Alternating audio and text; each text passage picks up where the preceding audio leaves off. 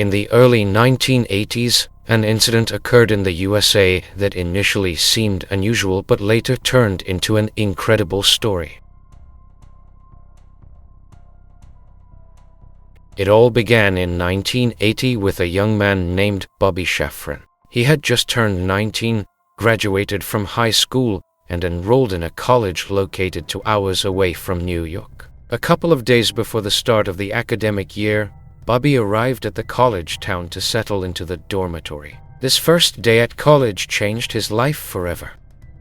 Upon arriving in the town, Bobby was surprised by how friendly everyone was. He had never seen these people before, yet they acted as if they had known him for a long time. Unfamiliar guys shook his hand, and some girls even ran up to kiss him. Finally, Bobby found his room, but before he could unpack, there was a knock on the door. It was a guy named Michael who, like everyone else, acted as if he had known Bobby for years. At one point, Michael said, "Listen, Eddie, I am so glad you decided to come back." Confused, Bobby replied, "I don't understand what's going on. Is this some kind of prank? Everyone around is calling me Eddie, but my name is Bobby, and I am here for the first time." Michael looked at Bobby with a puzzled expression.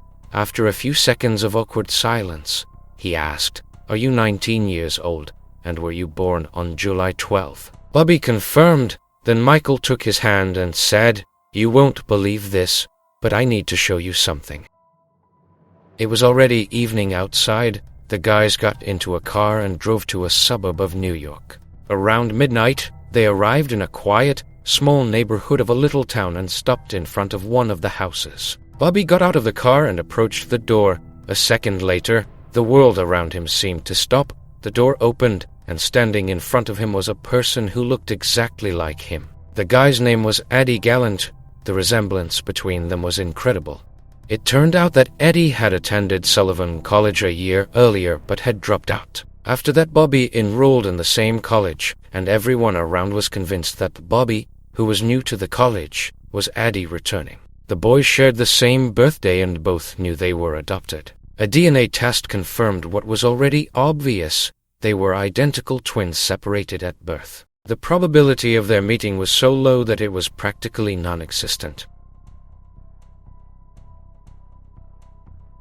It's no wonder that this story instantly caught the attention of journalists. A couple of days after Bobby and Eddie met, their faces were already on the front page of the newspaper. On the same day the article was published, Eddie's mother received a phone call that turned this unusual story into something fantastical. The newspaper with photos of Bobby and Eddie ended up in the hands of a guy named David Kellman. Looking at these photos, he could not believe his eyes. A few minutes later, David was dialing the phone number of one of the twins' mothers. As soon as the woman answered, David stunned her by saying, "You know, I think I am the third one."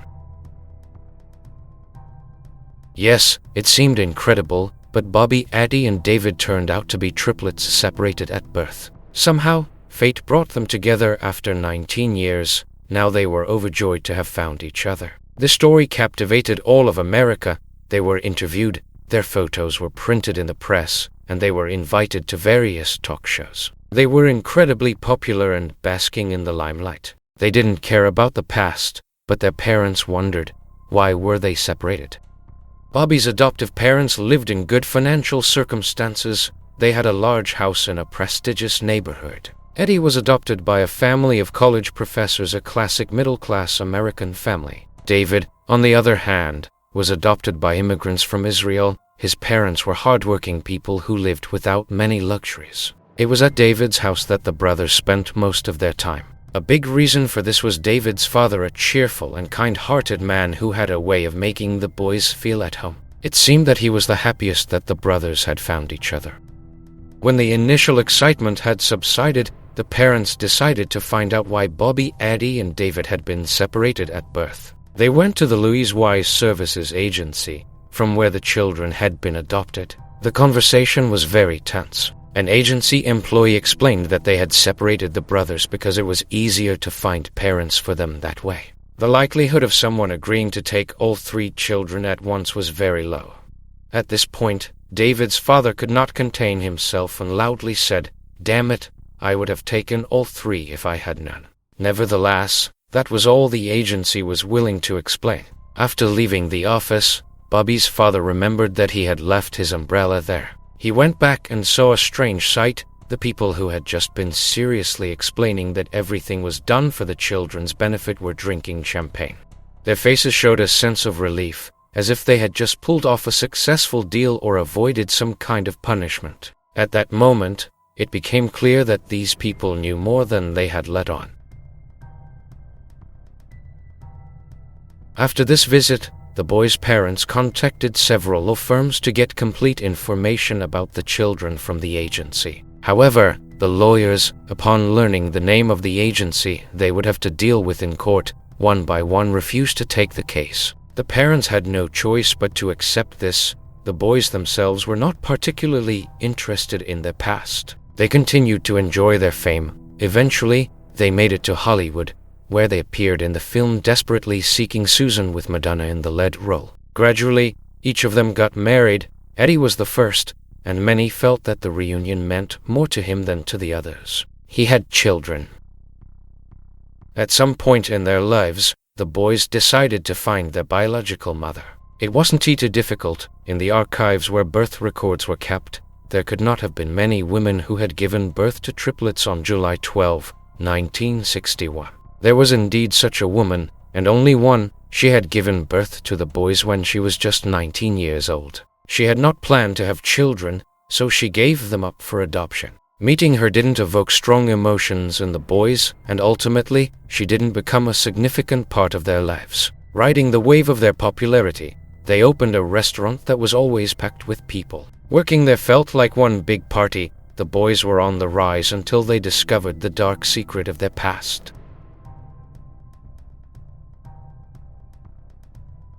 In the mid-1990s, a journalist named Lawrence Wright was working on a story about separated twins. During his research, he came across a scientific article stating that there had been a scientific experiment in which twins and triplets were deliberately separated. All these children were taken from one place, the Louise Wise Services Agency, the same place where Bobby, Eddy, and David had been adopted from. It turned out that they had been separated not to make it easier to find them parents, but as part of a scientific experiment. The experiment was led by Dr. Peter Neubauer, a renowned psychoanalyst who headed a child development center in Manhattan. The brothers and their parents remembered strange visits from people at the adoption agency. The parents thought that the agency employees were just checking to see if the child had ended up in a good family and how their upbringing was going. But in reality, the purpose was different. These people came to study the children, to see how similar they grew up and what predominated in their behavior, genetics, or upbringing. All three boys lived in families of different social classes, and the goal of the experiment was to understand how the environment in which these genetically identical children were raised influenced their future. Was their fate predetermined at birth, or was it more shaped by their upbringing? Each of these visitors knew that the child, who had been abandoned by their mother at birth, still had a twin brother. But none of these strangers ever mentioned it. They came only to study.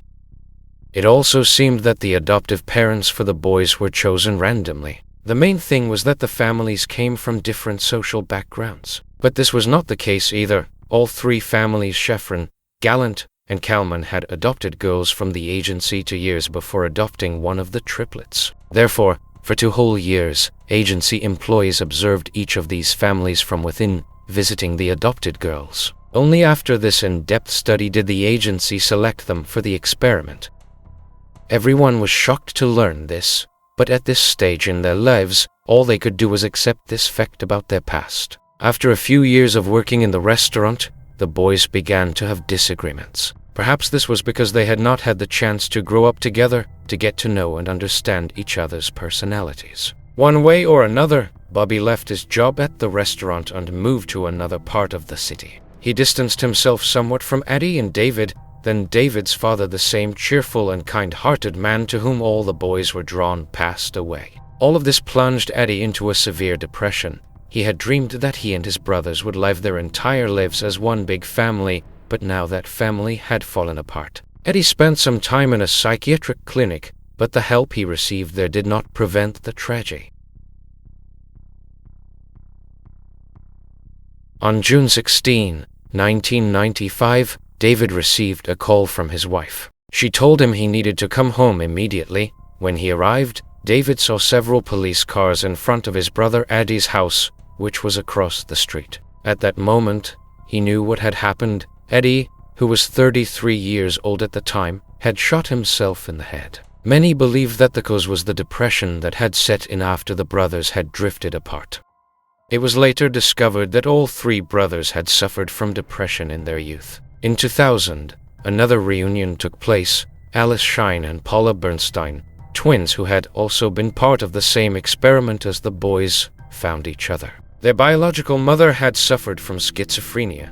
This raised the question of whether the selection criteria for the experiment included not only the presence of a twin, but also a mental illness in the mother. However, it was impossible to confirm this, as the results of the study are classified until 2016.